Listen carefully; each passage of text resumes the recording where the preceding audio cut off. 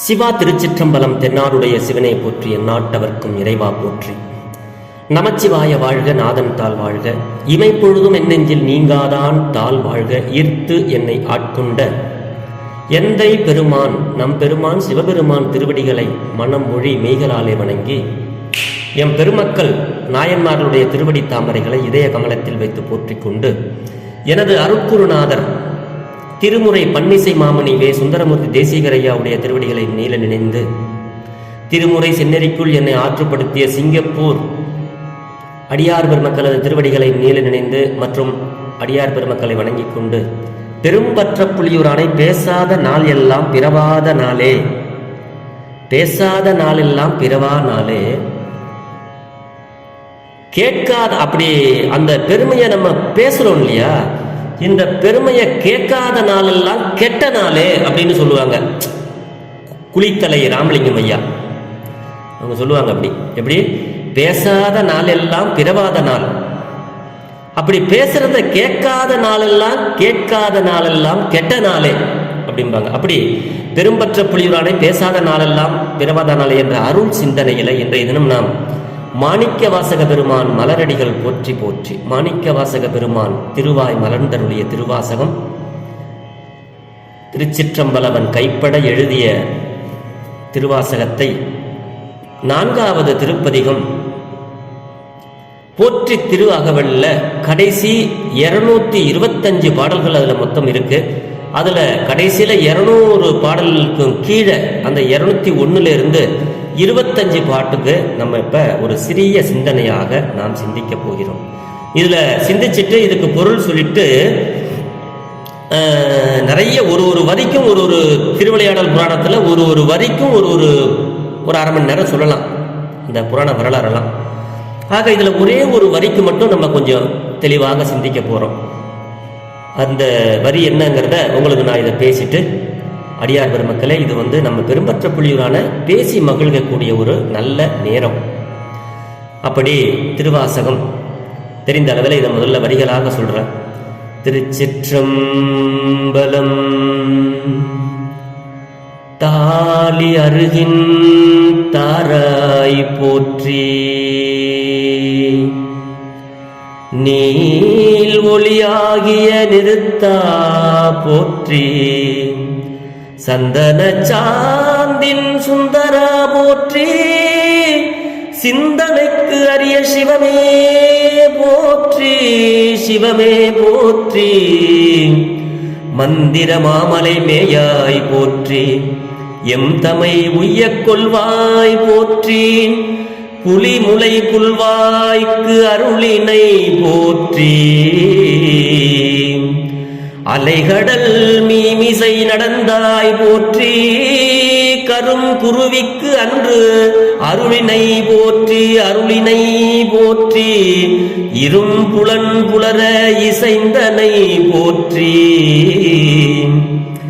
படிவுறவையின்ற பாவக போற்றி, அடியொடு நடு ஈறு ஆனாய் போற்றி, நரகொடு சொர்க்கம் நானிலம் புகாமல் பரகதி பாண்டியர்க்கு அருளினை போற்றி, ஒளிவு அற நிறைந்த ஒருவ போற்றி, செழு மலர் சிவபுரத்து அரசே போற்றி, கழுநீர் மாலை கடவுள் போற்றி, தொழுவார் மையல் துணியாய் போற்றி, பிழைப்பு வாய்ப்பு ஒன்று அறியானாயேன், பிழைப்பு வாய்ப்பு ஒன்று அறியானாயேன், குழைத்த சொல் மாலை கொண்டு அருள் போற்றி, குழைத்த சொல் மாலை கொண்டு அருள் போற்றி, புறம் பல எரித்த புராணா போற்றி, பரம் பரம் சோதி பரனே போற்றி, போற்றி போற்றி புயங்கப் பெருமான் போற்றி, போற்றி புராணகாரண போற்றி, போற்றி சய சய போற்றி, போற்றி போற்றி சய சய போற்றி. திருச்சிற்றம்பலம். இந்த பாட்டுக்கு ஒவ்வொரு வரிக்கும் சொல்றாருங்க. தாலி அருகின் தாராய் போற்றி அப்படிங்கிறாருங்க. அப்ப இந்த தாலி அருகுன்னா நமக்கு நிறைய பேர், எனக்கே முதல்ல அப்படித்தான் அந்த சந்தேகம் இருந்தது. என்ன இதுல தாலி அருகுன் அப்படின்னு சொன்னா நம்மளுக்கு இந்த நம்ம பெண்கள் எல்லாம் என்ன இப்படி ஒரு வார்த்தை வருதுன்னு, தாலி அருகுன்னா என்ன தாலி அறுக்கிறதா அப்படிங்கிற மாதிரி தவறான சிந்தனை எனக்கே வந்தது. அது அடியார் பெருமக்களுக்கு வரலாம். அது என்ன பொருள் அப்படின்னா, தாலி அருகின் தாராய் போற்றின்னா, நம்ம கோயில்களில் 10 நாள் திருவிழா நடக்கும்போது கொடியேற்றுவாங்க. அந்த கொடிமரத்தில் வெள்ளை துணியில கொடியேற்றும் போது பார்த்தோம்னா பெருசா அந்த பக்கமும் கோடா அந்த தாலி கயிறு மாதிரியே கிழிச்சு அந்த முக்கோண வடிவத்தில் இருக்கிறதுல அந்த கீழே பார்த்தோம்னா முதல்ல தாலியை போட்டிருப்பாங்க. அது ஒரு பெரிய வரலாறு இருக்கு. அதுல சொல்லணும்னா அது ரொம்ப நேரம் ஆகும். அது கொடி, தாலி கொடி. அந்த கொடியை ஏற்றி தான் திருவிழா பண்ணுவாங்க. திரும்பி அதை கீழே இறக்கி அதை அறுப்பாங்க. அப்படி இந்த திருவிழாவுக்கு ஏற்றி இறக்கி அறுக்குது. அதுதான் அதுக்கு பொருள். தாலி அருகின், அதுக்கு பொருள் அதுதான். தாலி அருகின் தாராய் போற்றி, நீள்ஒளி ஆகிய நிறுத்தா போற்றி, சந்தனச்சாந்தின் சுந்தரா போற்றி அப்படின்னு அப்படியே லைனா வந்துகிட்டே இருக்கும். அப்படி அதோட சேர்ந்து அருகம்புல்லெல்லாம் வச்சு தொடுத்த மாலையை வச்சிருப்பாங்க. அதுக்கு இதுதான் பொருள். அப்படி அருகம்புல்லால் தொடுத்த மாலையை அணிந்தவனே உன்னை வணங்குகிறேன். போற்றி அப்படின்னா வணங்குகிறேன் என்று ஒரு பொருள் இருக்கு. இதுல சாமி அப்படித்தான் நமக்கு பொருள் கொடுத்திருக்கிறாங்க. பெரிய ஒளிவடிவான கூத்தனே போற்றி, சந்தன குழம்பை அணிந்தவனே போற்றி, சிந்தனைக்கு எட்டாத சிவமே போற்றி, வேதங்களை விளக்குவதற்கு மந்திர மாமலை மீது வீற்றிருப்பவனே உன்னை வணங்குகிறேன் அப்படின்னு பொருள். நாங்கள் உய்யுமாறு எங்களை ஆள்பவனே, புல் தின்னும் மானுக்கு புலியின் தாய்ப்பாலை அருளியவனே, அலைகடல் மீது நடந்தவனே, கருங்குருவிக்கு அருளியவனே, பெரிய 5 புலன்களுக்கும் கட்டுப்படுமாறு எங்களுக்கு அருள் செய்ய ஒப்புக்கொண்டவனே உன்னை வணங்குகிறேன். போற்றி போற்றிங்கிறதுக்கு வணங்குகிறேன்.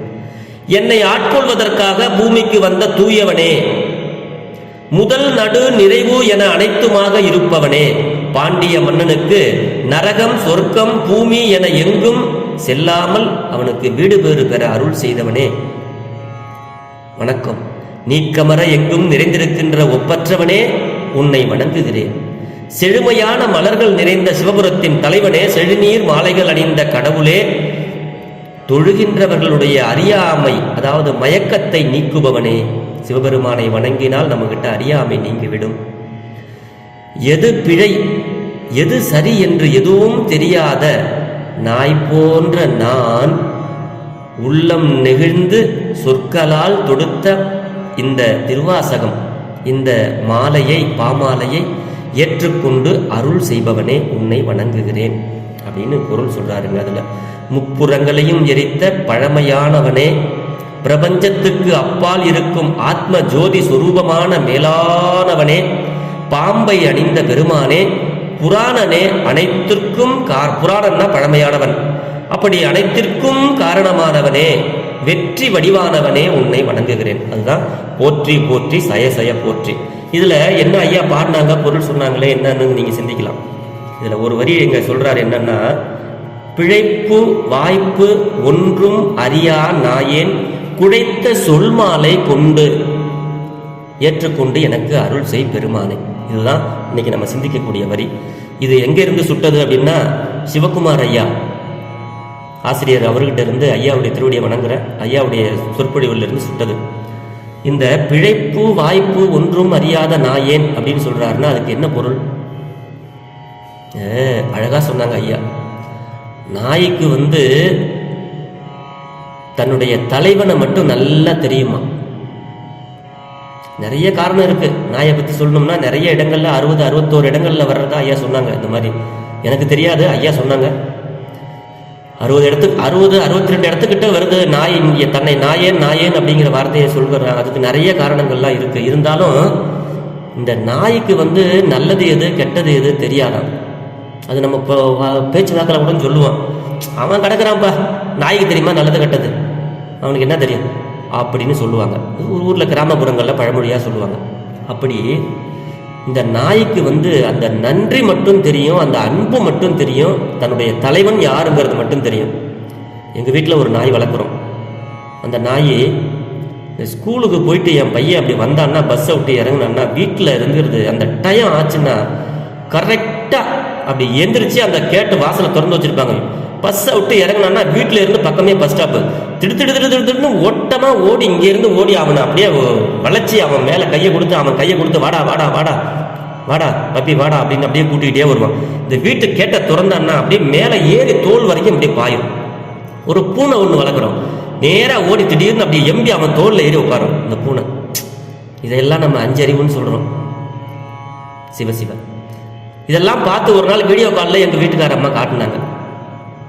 எனக்கு ரொம்ப ஆச்சரியமாக இருந்தது. அடடா, நம்ம வீட்டில் வளர்கிற இந்த மிருகங்களுக்கு இவ்வளவோ அன்பை கடவுள் கொடுத்துருக்குறானே அப்படின்னு. இவன் போன உடனே டீ ரெடியாக இருக்கும். போட்ட உடனே இந்த வச்சு பட்டர் பிஸ்கட் எடுத்து இந்த நாய்க்கும் அந்த பூனைக்கும் 2 வைப்பான். அதை சாப்பிட்டு டீயை ஊற்றி வைப்பான். 2 குடிச்சிட்டு அதுக்கு பிறகு தான் எட்ட போகும். இப்படி அவன் ஸ்கூலுக்கு போனான்னா பின்னாடியே வழி அனுப்பி வைக்கும். இப்படியெல்லாம் இந்த நாய்களுடைய குணங்கள். அன்பு மட்டும்தாங்க தெரியும். இந்த அன்புக்கு உதாரணமாக தன்னை நாயை சொல்லிக்கிறார் சுவாமி வந்து, சுவாமி உங்கள் மேலே எனக்கு அன்பு இருக்கு. நான் பாடின இந்த திருவாசகம் சரியா தவறா அப்படிங்கிறது எனக்கு எதுவும் தெரியாது சாமி. என்னுடைய அன்பு அதிகமாகி போச்சு. குழைத்த 10 நம்ம கேள்விப்பட்டிருப்போம் நம்ம திருவாசகத்தில். குழைத்த 10. குழைத்தல் அப்படின்னா சோறு வந்து கொஞ்சம் பார்க்காம கவனிக்காமல் விட்டோம்னா அப்படியே குழைஞ்சு போயிடும். அதுக்கு என்ன பொருள் சொல்லுவாங்கன்னா, அன்பு மேலீடு. நமக்கு வந்து ரொம்ப குழையிறாரு அப்படிமோ அன்பா. 2 பேரும் ரொம்ப பேசிக்கிட்டாங்கன்னா என்ன ரொம்ப குழைஞ்சுக்கிறாங்க அப்படின்னு ரொம்ப நெகிழ்ந்துகிறது. அது தன்னிலை மாறுதல், தன்னை மறந்து ஒருத்தருக்கு அன்பு பரிமாற்றம் தான் குழைத்தல். அப்படி இதில் சொல்றாரு, சொல் மாலை குழைத்து. சுவாமி மாணிக்க வாசகர் சொல்றாருங்க இத. நான் அன்பு இல்லாதவன் அவரு சொல்றாரு. அப்படி அவர் சொல்றாரு, சுவாமி எனக்கு வந்து நல்லது எது கெட்டது எதுன்னு எனக்கு தெரியாது. ஆனா நான் பாடின இந்த திருவாசகத்தை ஏதோ அன்பினால நான் குழைச்சி உங்களுக்கு பாடியிருக்கிறேன். நாய் போன்ற நான் உள்ளம் நெகிழ்ந்து சொற்களால தொடுத்த இந்த திருவாசகத்தினுடைய பாமாலையை ஏற்றுக்கொண்டு எனக்கு அருள் செய்ய வேண்டும், உன்னை வணங்குகிறேன் அப்படின்னு இந்த பாட்டில் வந்து நமக்கு வந்து சொல்றாருங்க. தன்னை எப்படியெல்லாம் அவரா அன்பு இல்லாதவர். இப்ப கண்ணப்பன் ஒப்பதோர் அன்பின்மை கண்டபின் அப்படின்னு சொல்லுவாங்க. இப்ப கண்ணப்பன் அன்பை கண்ட பின்பு நீ அப்படின்னு தானே சொல்லணும். ஆனா எப்படி பாடல் வருது? கண்ணப்பன் ஒப்பதோர் அன்பின்மை கண்டபின். கண்ணப்பன் ஒப்பதுவோர். இப்ப கண்ணப்பன் என்ற சொல்லுக்கு என்ன பொருள்னா, அவன் அன்பின் மிகுதியானவன் என்ற பொருளை நம்ம முதல்ல நம்ம உணர்றோம் இல்லையா? அந்த மாதிரி சுவாமி வந்து இங்க சொல்றாரு, உங்களுக்கு சுவாமி இந்த திருவாசகத்தை நான் ஏன் பாடினேன்னா, உன் மேல எனக்கு அன்பு ரொம்ப அதிகமாக போய் குழைஞ்சு போச்சு. அதனால குழைத்த சொல்மாலை ஏதோ பாடியிருக்கேன் சாமி, நீங்க வந்து இதை ஏத்துக்கிட்டு எனக்கு அருள் செய்யணும் அப்படின்னு வேண்டுறாருங்க. இதை நம்மளும் அப்படிதான் வேண்டணும். இப்படி சிவபெருமான் வேறு மாணிக்க வாசகர் வேறு அல்ல. சிவபெருமான் தான் மாணிக்க வாசகராக வந்தார் என்பதுதான் நாம் சிந்திக்கக்கூடியது.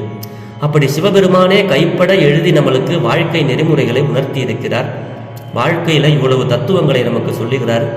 இந்த உலகங்களை படைத்து நம்மளையும் படைத்து எல்லாத்தையும் நம்மளை அனுபவித்து கடைசியாக இதையெல்லாம் தொய்வு பெற்று இதையெல்லாம் பொய், சிவபெருமானுடைய அன்பு கருணை திருவடிதான் மேலானது என்று நாம் சென்று அடைய வேண்டும். நாமும் ஒவ்வொரு நாளும் திருமுறையை பாடும் பொழுது, சுவாமி தவறாக இருந்தாலும் நான் குழைத்த சொல்மாலையை நீ ஏற்று எனக்கு அருள் செய்ய வேண்டும் அப்படின்னு நம்ம வேண்டுதலோட விண்ணப்பத்தோடு வச்சு ஒவ்வொரு நாளும் நம்ம வந்து சுவாமிக்கு திருமுறை பாடல்களை விண்ணப்பம் செய்ய வேண்டும் என்று இந்த சிறிய ஒரு வரிக்கு இந்த கருத்து இதுதான். சுவாமியே சொல்றார்.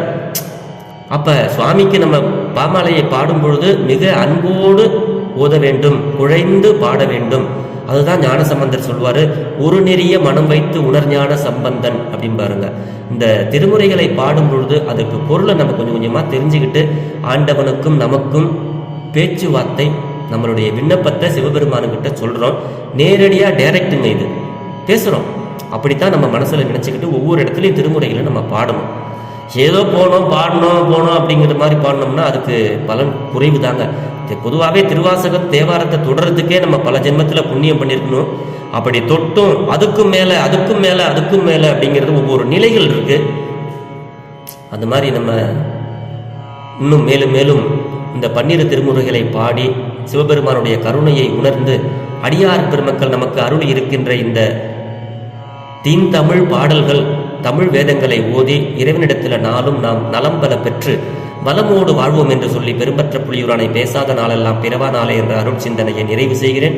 ஜெர்மனியில் இருந்து சிவபாலா.